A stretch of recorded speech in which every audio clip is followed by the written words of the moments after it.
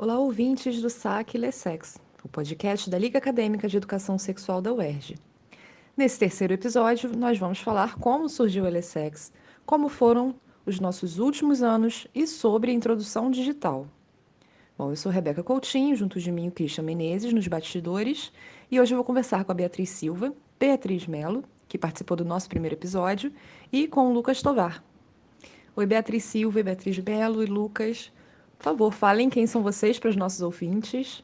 Oi, pessoas. Meu nome é Beatriz Silva, eu tenho 25 anos, sou estudante de biologia da UERJ e participei da fundação da LESEX. Oi, pessoal. Eu sou Beatriz Melo, sou formanda em Ciências Biológicas pela UERJ e presidente da LESEX. É um prazer estar aqui novamente. Oi, meu nome é Lucas Tovar e eu sou bacharel em Ciências Biológicas pela UF. Eu comecei meus estudos, né, em Biologia também na UERJ, mas me formei pela Universidade Federal Fluminense. Hoje eu tenho 25 anos e sou um dos fundadores e idealizadores do projeto de educação sexual que veio a se tornar a Liga de Educação Sexual da UERJ, né, LESEX. Bom, eu vou começar com uma pergunta bem simples e eu vou direcioná-la a Beatriz Silva. Quando foi que vocês perceberam que havia essa necessidade de falar sobre a educação sexual e sobre educação sexual dentro da universidade? Acho que falando particularmente de mim, assim, tem muita relação com o primeiro contato que eu tive com o tema ainda enquanto estudante de educação básica. Sei que outros ligantes dessa primeira gestão, né, que participaram da fundação, também tiveram essa percepção de que é algo que acontece até hoje em muitas escolas, né, que é a temática de educação sexual muito restrita às aulas de ciências e muito voltada para a questão de reprodução e questão de prevenção, entre aspas, de IST. Digo prevenção entre aspas, né? Porque é muito naquela ideia de que mostrando imagens de casos já avançados de algumas ISTs vai fazer com que o estudante, a estudante, se previna, né, contra a IST ali. Mas, na verdade, acaba tendo um efeito contrário, né? Acaba traumatizando aquele estudante, aquela estudante. É, então, a abordagem feita pelos professores, né, que eu tive na educação básica, acabou servindo muito de exemplo de como não fazer, de como não abordar o tema. E nós, como professores de informação, né, na grande maioria, professores de informação, porque a maioria era ainda estudante de licenciatura, vimos que era necessário, extremamente necessário, trazer esse tema para discussão, na intenção de dar um outro foco para essa abordagem, né? Um foco diferente desse que traumatiza. Uma percepção bem interessante, Bia. E quanto à ideia de criar a liga? Lucas, eu queria saber de você o que que você vê assim que foi o motivo para tirar a ideia do papel, pôr em prática o projeto de educação sexual em si. Essa é uma pergunta muito interessante, porque para cada pessoa que fundou a liga, que você perguntar isso, a resposta vai ser diferente, né? Porque, pelo menos do meu ponto de vista, o que é determinante para as nossas decisões é a nossa vivência, né? Porque embasamento científico, político, ideológico para a gente ter escolhido outros temas, teria. Na época que a gente escolheu a liga, né, que a gente montou a liga em 2015, existe uma grande discussão sobre agrotóxico também, como tem até hoje, né, sobre a, sobre o agronegócio. Mas a gente não escolheu fazer uma liga de permacultura, de agroecologia, ou de educação ambiental, ou de agricultura urbana. A gente escolheu fazer uma liga de educação sexual.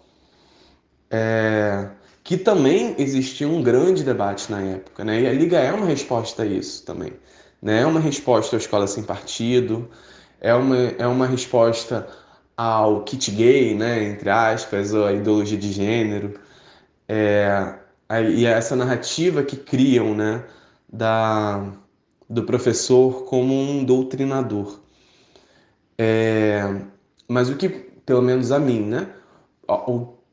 O o que me fez escolher o que me fez escolher o tema e de fato colocar o projeto em prática foram experiências pessoais que eu vivi, né? Eu sou um homem negro, gay, e de classe média. Eu tive acessos que outras pessoas com marcadores sociais similares ao meu não tiveram, né? Geralmente homens negros gays não têm acesso à educação que eu tive. É mais que a educação, né? A informação. E mesmo assim, eu me deparei com vulnerabilidades que eu pensei que eu não teria, né? Seja pelo acesso à informação que eu tinha, seja pela minha classe social. E essas vulnerabilidades me fizeram parar para pensar sobre como eu, né, uma pessoa que sempre teve acesso à informação, estava vulnerável e pensar, cara, se eu, que tenho acesso à informação, tenho um plano de saúde, tenho uma condição social boa, estou vulnerável, imagina pessoas que não têm esse acesso, né? E, e, e essa reflexão me fez chegar a outra reflexão.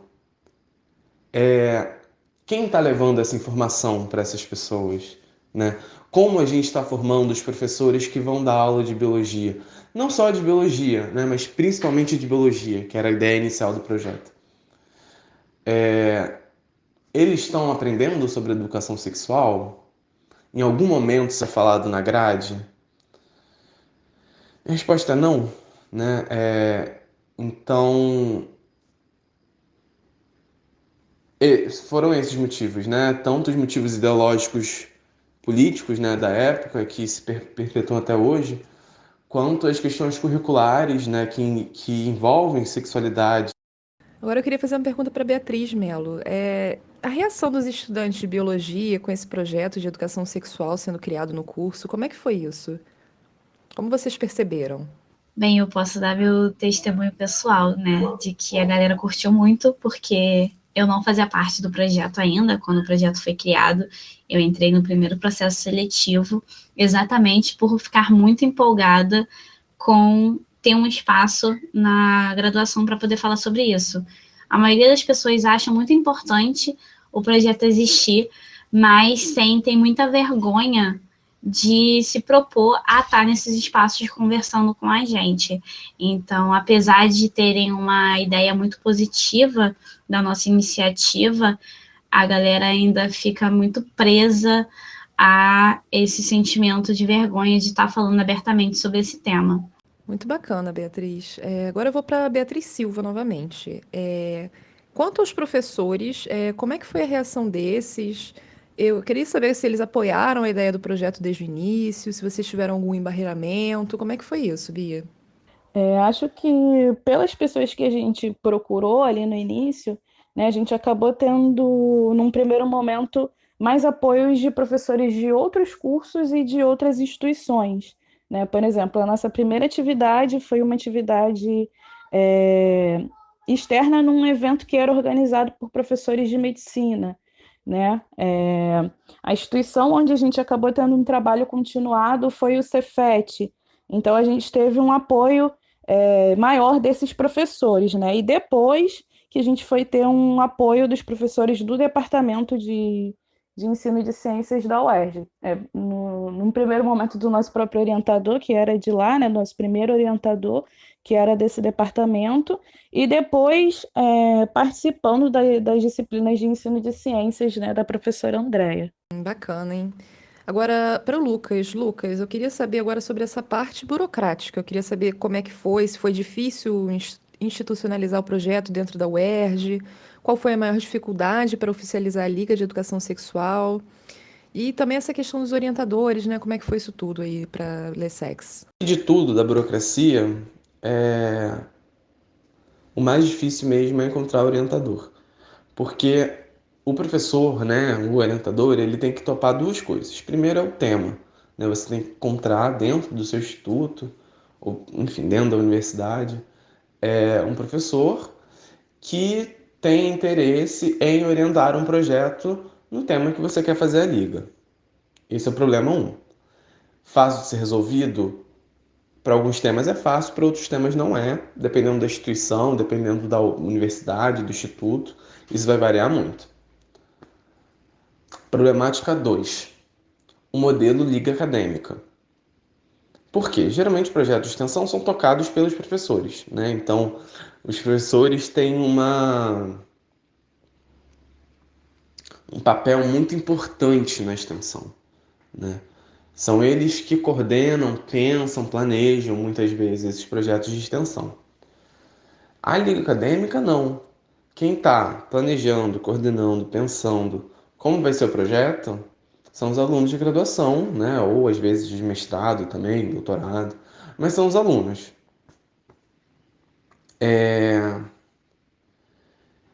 E isso demanda uma maturidade muito grande do orientador e um diálogo muito grande com os alunos, né? Porque o orientador não vai querer colocar o nome dele em coisas que ele não tem o domínio mínimo ou saiba minimamente o que está sendo feito, assim como os ligantes, né, as pessoas que estão na liga, os alunos que compõem a liga, não querem que o orientador mande e desmande no projeto. Então, essa harmonia entre um professor que tem interesse no tema, mas que não largue de mão, nem seja muito entrão, né, no projeto, é o mais difícil de se encontrar. Arranjando o professor,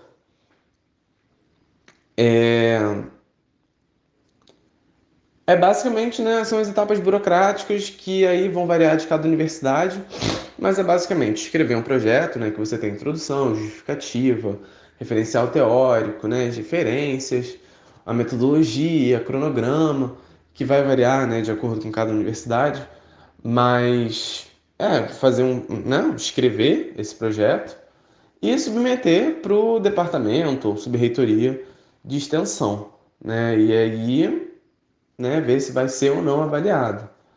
Mas a burocracia ela é simples. O difícil é arranjar o orientador. Beatriz Silva, quero saber agora como é que foi a primeira experiência prática da Liga com o público. Eu gostaria que você me contasse um pouco sobre a primeira atividade externa da LSEX e o que vocês mais gostaram dessa experiência. A primeira atividade externa da LSEX ocorreu num evento de extensão intitulado Educação e Saúde Ligados na Escola. E o Ligados na Escola já era um evento em que as ligas acadêmicas de medicina já participavam, né? E nós participamos na edição que ocorreu no Colégio Estadual André Morroá, e foi uma oficina sobre prevenção e desmitificação da camisinha. Essa atividade foi extremamente importante porque a gente usou uma caixa de perguntas, né? E as perguntas depositadas na caixa eram perguntas que a gente não ia conseguir responder, a gente achou que conseguiria responder dentro da oficina, né? Mas a gente só acabou vendo as perguntas depois que a oficina já tinha acabado. E as perguntas que foram depositadas naquela caixa eram perguntas cheias de muito tabu. É, Perguntas relacionadas à menstruação, à masturbação, e aí que a gente viu que a gente precisava mudar o foco da atividade, né? Partindo do ponto de que os alunos que a gente teve contato ali, além de precisar de uma oficina sobre camisinha, né, eles precisavam entender que a masturbação não fazia crescer pelos nas mãos, que foi uma das dúvidas que foram depositadas na caixa, né? E que foi algo que a gente, ao montar a oficina, né, considerou que eles já sabiam, né? Eram informações que eles já sabiam. Então, a gente também viu a importância de fazer atividades que fossem continuadas e não somente atividades pontuais, né? Porque o tempo de uma oficina não seria suficiente para sanar as dúvidas, né, e as demandas daquela turma. Agora para Beatriz Mello. Bom, logo no comecinho, como é que estava organizada a rotina da Liga e como é que eram os grupos de estudo e todas as atividades que hoje existem? Então, em relação a essa nossa rotina, ela muda muito de ano para ano. Depende muito da demanda que a gente tem de atividade externa e também da necessidade de estudo que a gente vai ter dentro da liga e da disponibilidade que os alunos vão ter para participar. Os alunos que fazem parte, né, que são os ligantes. E aí, a cada ano, esses nossos horários mudam. Então, normalmente a gente tenta fazer pelo menos um seminário por mês dos temas que são mais procurados, mais relevantes dentro da educação sexual, como as infecções sexualmente transmissíveis, a anatofisiologia dos órgãos sexuais, os métodos contraceptivos, aborto, gravidez na adolescência. E a gente também tem os nossos grupos de estudos que têm ocorrido agora mais frequentemente, mas que antigamente eram também uma vez por mês e agora está sendo semanalmente. Então, a Liga foi vendo uma demanda maior, né, ao longo dos anos mesmo, de que mais gente se interessava a falar sobre isso, e aí com isso a gente foi aumentando a carga horária de grupo de estudo, de seminário e também das atividades que a gente faz externas nas escolas. Ainda com você, Bia, no mundo digital, como é que a Lessex chegou nas redes sociais? Qual é o diferencial entre as atividades presenciais e as atividades virtuais dessa liga? Essa nossa trajetória digital, ela demorou um pouquinho mais para engatar. Desde 2016, a gente tem uma página no Facebook com que a gente compartilhava algumas notícias que a gente achava relevantes sobre saúde e sobre educação sexual. Então, era sempre pegando uma notícia de algum grande jornal que trazia algum dado interessante e a gente publicando no nosso Facebook, compartilhando. Só em 2019 a gente viu a necessidade e a urgência de estar presente também nas outras redes sociais e também trazendo um conteúdo nosso próprio. Então, final de 2019, mais ou menos ali em outubro, a gente criou o nosso Instagram e depois disso também foi criado o nosso Twitter, ao longo de 2020 o nosso TikTok e agora também estamos nas plataformas de podcast. A gente no começo só focava mais nas atividades presenciais, mas no mundo do jeito que está globalizado e a gente está o tempo inteiro na internet, a gente viu muito essa necessidade de estar aqui e aos pouquinhos a gente foi se inserindo nessas plataformas. A gente também tem o nosso canal no YouTube, então realmente foi fazendo o que dava dentro do possível e dentro das nossas limitações também, até por uma questão de tempo. Bem bacana, hein? E qual seria o ponto positivo e um ponto negativo em se estar ativo nas mídias sociais, Lucas? Me responde aí.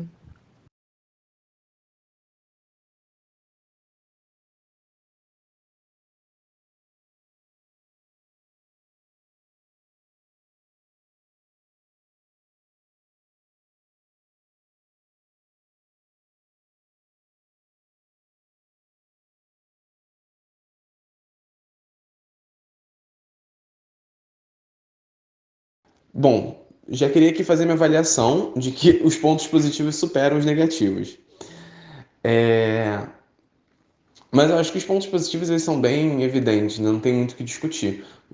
As mídias sociais têm uma capacidade de alcance gigantesca, né? Então, coloca em outro patamar a divulgação científica, né? É, eu acho que esse é o principal ponto principal. Esse é o principal ponto positivo, né? O ponto negativo é que quando você trabalha com determinados temas, né, mais delicados, como educação sexual mesmo, a chance de você receber críticas, eu não tô falando de crítica ao seu trabalho, né, mas críticas que tentam te diminuir, críticas que não são críticas, às vezes são ameaças, né, a gente vive no Brasil de Bolsonaro e qualquer pessoa, página, projeto, instituição que fale contra as pautas moralistas do atual governo sofre, né, tá ali no risco de sofrer ameaça da milícia virtual do presidente, né? Então, esse para mim, é o principal ponto negativo. Existem outros pontos negativos também, como as mídias sociais exigem que a gente produza muita coisa, muito conteúdo. E isso pode fazer com que a gente perca o foco em outras questões também muito importantes, né? Como as oficinas presenciais, como o próprio estudo dentro do projeto, a leitura de textos e também a divulgação de resultados de pesquisa, né? Eu acho que as mídias sociais são uma ferramenta muito importante para a divulgação científica. Interessante. Bom, eu vou chegar agora na nossa última pergunta de hoje. E eu gostaria de saber quais dicas finais vocês podem deixar para outros projetos universitários que estão começando agora. Qual é a fórmula mágica do sucesso da LSEX? Acho que não existe fórmula mágica, mas acho que você ser apaixonado por aquilo que você pesquisa, né? O que você constrói, te motiva a buscar sempre o seu melhor, porque a LSEX, para mim, não foi só um projeto que a gente precisava construir, né? Mas também foi um projeto que teve um ponto fundamental na minha construção, né? Enquanto um profissional da área de educação. Porque acho que quando a gente vê um sentido naquilo que a gente está fazendo, né, a coisa fica muito mais fácil de ir para frente. Eu acho isso um ponto fundamental assim para o projeto dar certo, né? Acho que existem duas coisas, né, que são essenciais para qualquer projeto. E não é fórmula mágica, né? Você tem que estudar, você tem que ler, você tem que se comprometer com o projeto, né? Isso é essencial. Mas isso não adianta de nada se você não aprende com o projeto. Se você não está disposto a mudar o projeto com as coisas que você aprende durante o projeto. Porque a LSEX que eu e a Bia Silva pensamos estava completamente errada se a gente fosse pensar a LSEX com a cabeça que a gente tem hoje. E, pô, tava ruim? Não, não tava. Era o melhor que a gente podia fazer naquela época. Mas a gente parou porque era o melhor que a gente podia fazer naquela época. A gente parou naquele modelo? Não. A gente não parou naquele modelo. Então, acho que isso que é o mais importante, né? A gente está disposto a mudar. A gente está disposto a pensar, ver o problema, aceitar que errou e pensar em soluções para o erro, né? A gente tem que ser humilde. Bom, eu acho que tanto o Lucas quanto a Bia já falaram os pontos chaves do que eu acredito, do porquê o nosso projeto faz tanto sucesso. Então, ser proativo, entender que a gente está sempre aprendendo e sempre tem algo para a gente aprender, e que participar da Liga extrapola completamente a nossa vida acadêmica e profissional e vai estar presente também. Surtir um efeito em outras áreas da nossa vida é muito importante. Esse projeto tem que fazer sentido totalmente para você fazer parte dele.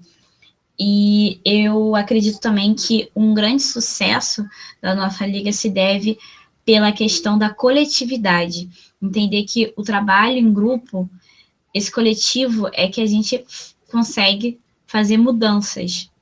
Então, não tem como a gente mudar o mundo sozinho, não tem como a gente mudar algo que está incomodando a gente e se achar na prepotência de que a gente vai dar conta sozinho de fazer isso.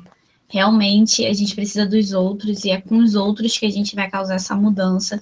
Então, esse senso de coletividade do nosso projeto faz com que ele faça todo esse sucesso, porque todo mundo tem orgulho de participar, todo mundo tem orgulho de compartilhar, dá gosto, e você percebe o gosto que as pessoas também têm de estar fazendo parte.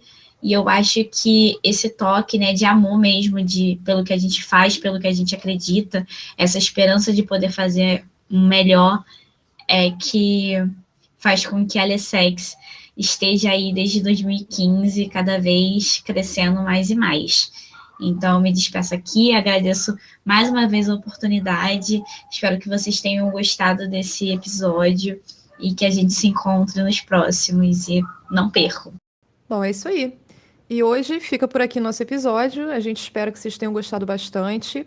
E eu aproveito para lembrar que, se quiserem nos convidar para alguma atividade, é só entrar em contato pelas nossas redes sociais no @lessexuerg ou através do nosso e-mail ligalessex@gmail.com.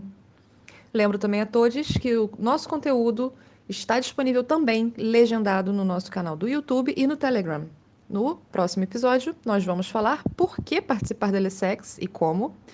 além dos benefícios das vivências, aprendizados que a nossa liga oferece.